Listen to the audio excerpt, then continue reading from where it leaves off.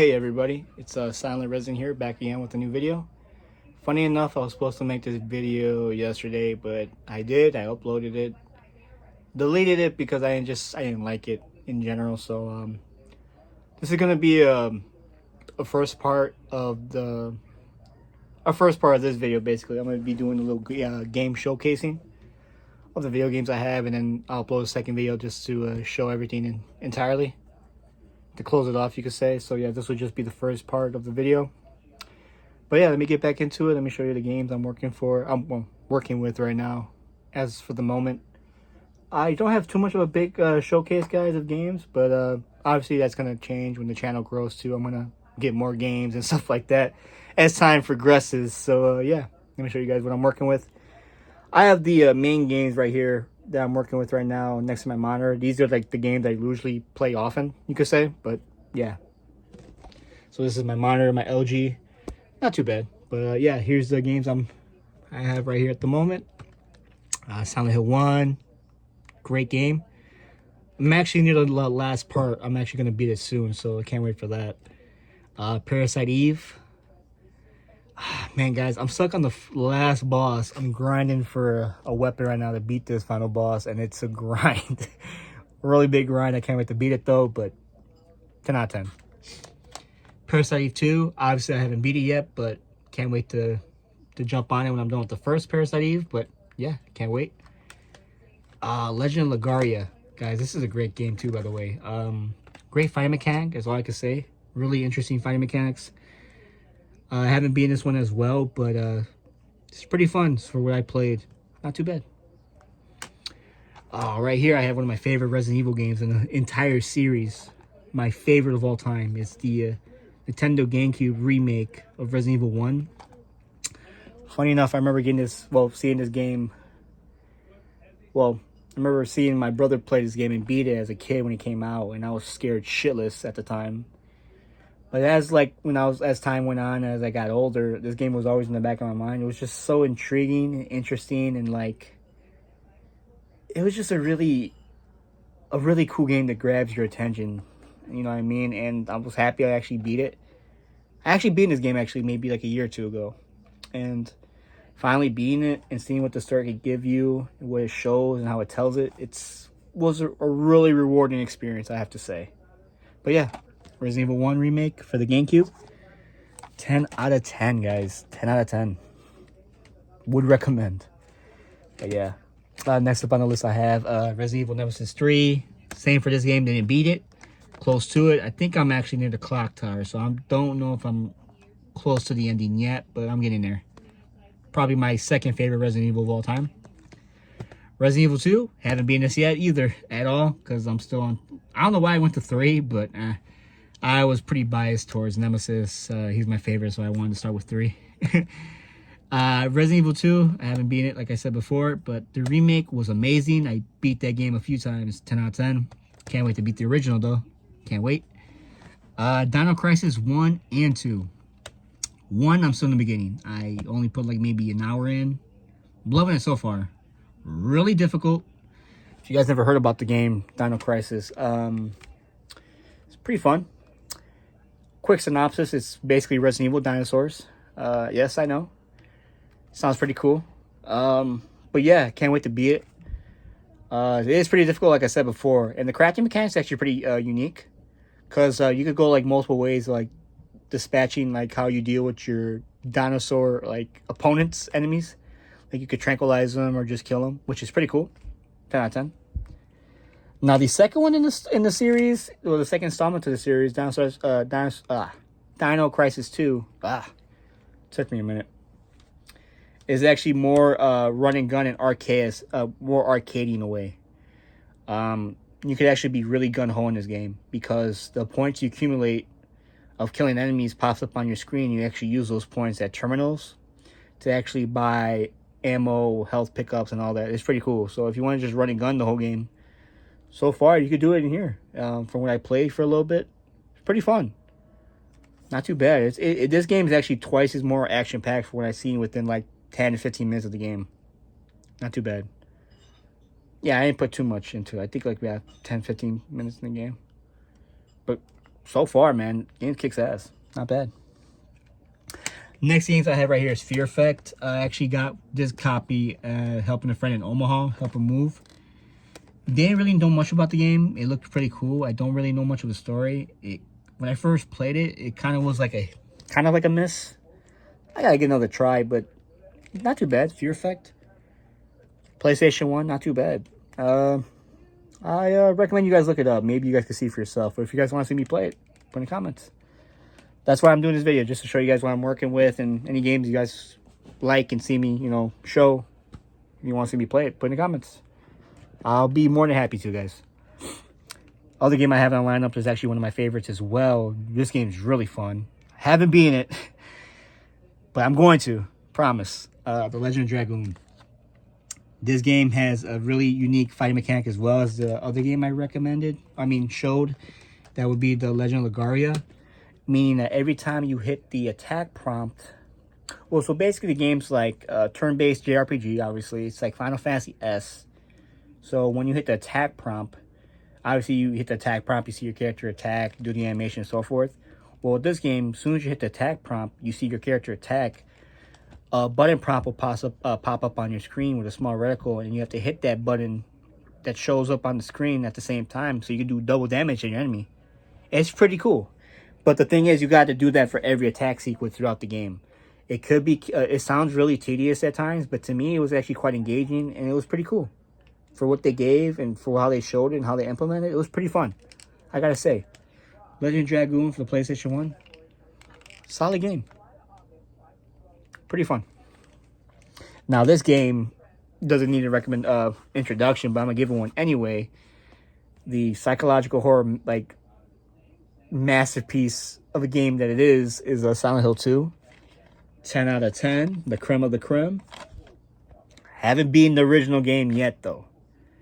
Funny enough, I actually got into the whole Silent Hill series a few years ago, and I got into it from the HD collection.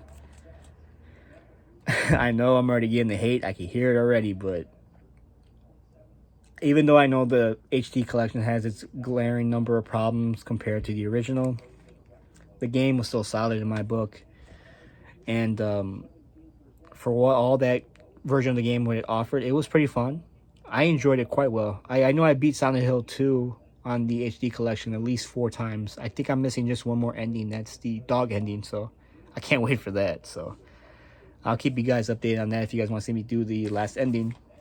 But yeah, I can't wait to actually beat the original. I'm still stuck on the apartment, so yeah. But funny enough, I'm actually playing the Silent Hill 3, the original Silent Hill 3. Actually, right now on my PlayStation 2, I think I just went through the subway area. I forgot where else I am at. But yeah, I'm actually playing Silent Hill 3, so that's pretty fun too. The original. Can't wait. Yep, that's Silent Hill 2. My favorite game of all time. Well, horror game of all time. Let me put some of these games back, guys. Sorry. Next up on the list I have is some 360 games, and I'm going to go into some other PlayStation games as well. So for the Xbox 360 games I have right now is Call of Duty 4. This game is probably one of my favorites in the entire Call of Duty franchise. Next to Modern Warfare 2 and Black Ops 2. Modern Warfare 3 wasn't bad, but it wasn't my favorite. Just because, I guess, I don't know, it didn't really hit it out of the park with me, you could say. But I know Modern Warfare 3, I had a lot of great time online. I played that a lot with friends online, Modern Warfare 3. But yeah, Call of Duty 4. Modern Warfare for the Xbox 360. Great game. 10 out of 10. Now, this game is one of my favorites, too. This is actually the first 360 game I ever got as a kid on my console. My sister bought this for me on Christmas. It was Gears of War 2. 10 out of 10. Gritty, action-packed, badass, bayonet chainsaws. 10 out of 10, man. This game is awesome, down to the soundtrack, to every little, minuscule detail. Perfect. Especially the multiplayer. To all the OGs that played this game back in the day, and the legends that got that gold Lancer skin. You are a legend just like me, because, man, those were the good old days. This game, guys, I can't stress enough, on the multiplayer back then on this game was... There was always people on playing this game. That's all I gotta say. This game was solid. fun as hell. I got into a lot of trash talking in this game. That and I think World at War. But yeah, Call of Duty World at War, yeah. Those two games were always, I was always talking shit. But this game right here, dude, man. Gears of War 2, 10 out of 10. Awesome. Next, well, the last 360 game I have right here on the lineup for this video is Mortal Kombat vs. DC. I know this game's not a lot of everyone's favorite. And I know it wasn't my favorite for a while, but I still enjoyed it for what it gave and for what it did. I know when this game came out with the trailers, the gimmick was, how they got us was, seeing Mortal Kombat versus DC. Just getting the idea in the head, like, oh, we get to see Sub-Zero kill Superman or rip his head off.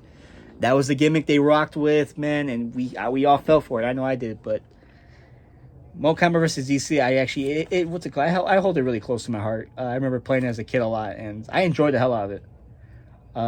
Just the lackluster fatalities, just being the only downfall, really, what held it back. But I mean, what can you expect?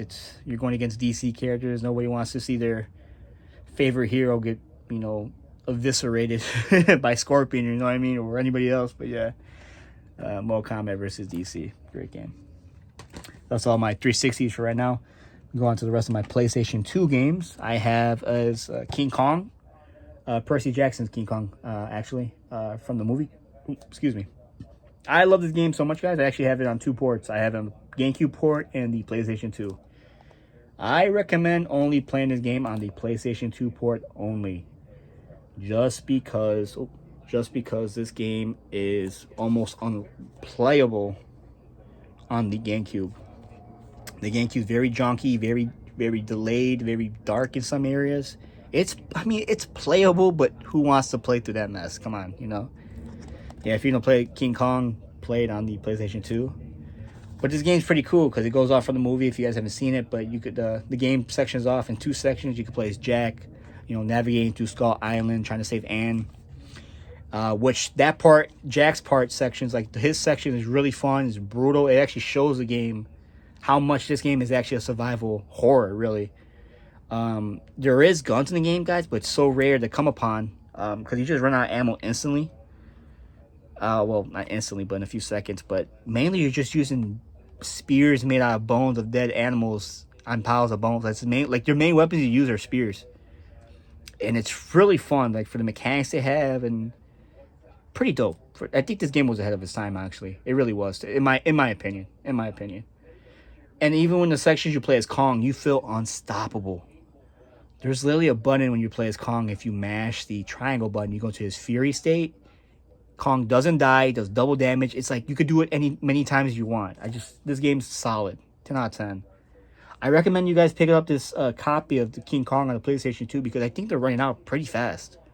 I got this copy on Amazon, great condition. But they're running out. I don't know if I got the last copy or not, but I would jump on this now. Definitely. Yep, that's King Kong. Next game I have up right now, I actually just got recently, maybe a couple weeks ago. The Suffering. I know this game has a second installment, but I heard the second one's not as great. I have to see that for myself, though. But the first one, from when I played, maybe like 15, 20-ish minutes, pretty fun. Gritty, brutal, chaotic, hell on earth, insane. This game is just crazy, brutal. I know I forgot the story a little bit. I think you play as a prisoner. You're being admitted to jail, and then all your fellow inmates are just being turned to like hellish abominations from hell. And you're just trying to battle your way through with a shank and your guns. You get off the guards. 10 out of 10. So from what I'm playing, pretty good. I know you actually have to make some moral choices throughout your story to like shape in who you really are, but it's pretty cool. Not too bad. This next game, guys, is actually, I got a recommendation from a YouTuber. I forgot his name, but if I remember, I'll put it in the comments. Ico. This game is really underrated. This game is the definition of art in video game form, as close you could get. Ico for the PlayStation 2 is nothing short of the word memorizing you with its beautiful atmosphere and the beautiful camera angles. This game, like the beautiful camera angles, it's just beautiful how the camera angles in this game just show encapsulates everything you could see around, and this game's very mysterious. This game's like a vibe. Like if you want to just chill with your friend, chill with a buddy, or just chill with your girlfriend at home and you're playing this game, I don't know. It's just, this game is just a vibe. Like it's just a game to play by yourself or play with someone in the room, whatever. It's not a 2-player game, but it's just a comfortable game to relax and play and just be memorized by the all the beautiful visuals, the story. The soundtrack's pretty good from what I'm hearing right now. I haven't beaten this one yet, but pretty solid game, man. Ico, it's really good. The story basically is you're a kid born with horns, and you're exiled to a decrepit, abandoned, like maze-like ruins, and you come across a young princess you have to actually help and escape with. And it's kind of the main premise of the game. Like the main mission is the main story is like, well, not main story, but the whole game is like one giant escort mission, you could say. But don't let me deter you with that. I know escort missions are not the favorite in many gamers' opinion, but this game actually capitalizes it and presents it and executes it very well. Like I never once I felt like, oh my god, I gotta bring this girl over here. Like I never felt like, oh, it's annoying. Everything in this game was made perfectly, in my opinion, to like the escorting, to the battle mechanics. Everything was solid. It's straightforward, nothing crazy. But I have to say the game physics in this game are pretty cool. And like pretty well, like just overall solid. Like I was really impressed by the gaming physics in the game for a PlayStation 2 title. Not too bad. I actually understand the whole like idea of people saying like game PlayStation 2 was peak for gaming too, for a lot of reasons. And this game actually kind of shows it for how the gaming physics were like capitalized and shown. It was pretty solid. But yeah, that's Ico for the PlayStation 2. I recommend this game. I got it on Amazon. It's not too expensive. I think I got it for like $25 or something like that. But yeah, Ico. Sorry, for the PlayStation 2. 10 out of 10. Pretty fun. The last game I actually have up for the showcase for this video, guys, for this part 1, is one of my favorite horror games of all time too, next to Silent Hill 2 and Resident Evil 1. Oh, Resident Evil 1 remake for the GameCube. This game you guys probably never heard of, or probably starting to now, but I also heard this game off from another YouTuber. The same YouTuber that actually showed me Ico. I forgot his name. I think it's Max something. He's a real brilliant YouTuber that actually goes into in-depth analysis, like the psychological themes and that games tackle. He does it perfectly, but I have to remember his full name. Something Max something. But yeah, anyway, he recommended this game I saw on his channel, and I played it a while ago, and I loved it ever since. It was the Haunting Ground for PlayStation 2. Guys, this game is really extremely expensive. This was a $500+ game. Yes, I did spend $500 on this game. It's pretty expensive. I mean, was it worth it? In my opinion, yes. But hearing the price out loud, it still kind of makes me, ugh, damn, it's a lot of money. But anyway, this game, guys, is a true underdog. No pun intended for Huey on the cover. That's the dog you see. But this game, guys, is a real underdog in survival horror at its finest. This game is beautiful from the box cover to the in-game. You can see physics, story, music.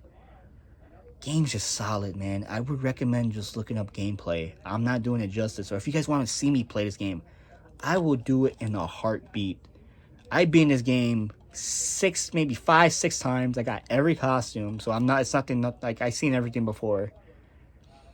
But every time I have this game mounted right here by my other games where I have them, and I always see this game, like if I glance, I always want to play it again. It's just such a beautiful game. 10 out of 10. Like, Capcom really knocked out of the park with this one. I really want to see this game get a remake, but I doubt it in this day and age, especially with the themes this game tackles. It'll probably land a lot of people in some hot water if they ever try to tackle this game again, but I really wish they do, because this game really is deserving of a remake, and a really faithful remake as well on top of that. This game, 10 out of 10. Haunting Ground, expensive. I would wait a little bit, guys, but at the same time, if you do wait, you will be sold out. They'll sold out. Funny enough, I actually got the original cover, the game case, but I didn't get the box instruction manual. I'm not finicky on that front, guys, but for $500+ for this game and you don't get the instruction manual, I'm kind of pissed.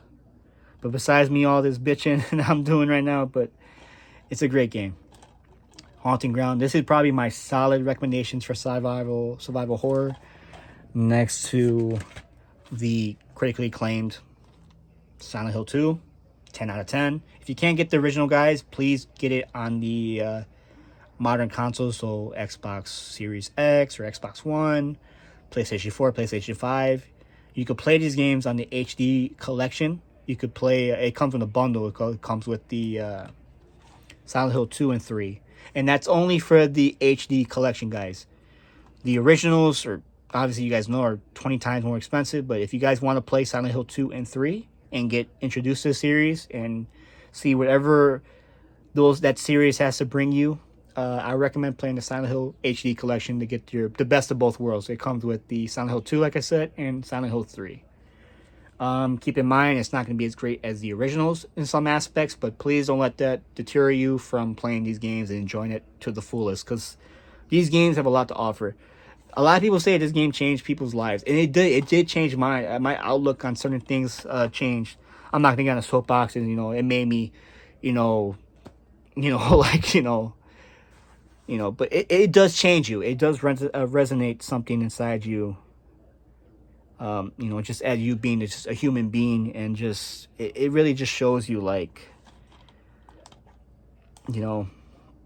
how far one will go to see the truth, But yeah, I solid recommend, if you could play the original, you could. I recommend it too, but pretty expensive. But yeah, and another solid survival horror 2 of all time that I recommend, in my opinion, but this is all just bias from me being from Haunting Ground and from Silent Hill 2.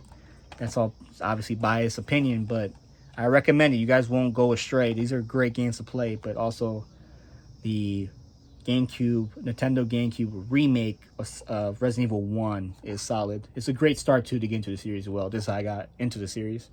And I just continue from there to get into Resident Evil. But yeah, solid games. I recommend those top 3. Those are my top 3 recommended picks, if you guys can. But like I said before, if you guys can't play Silent Hill 3 or 2 on the original, it will play the originals. Don't fret. Don't kick yourself about it. They are pretty expensive. This was like a $250 game. Silent Hill 3 was around $250 as well. You guys are probably laughing like, man, that's a lot of money. You guys probably got it for cheaper, and good for you guys. But I saw them, and I know they were running out fast. I just said, I'll bite the bullet. I'll just buy them. But yeah, those are great games. Yeah, just wanted to show you guys a quick video of the games I have, and I hope you guys have a good one. And this is Silent Resident signing off.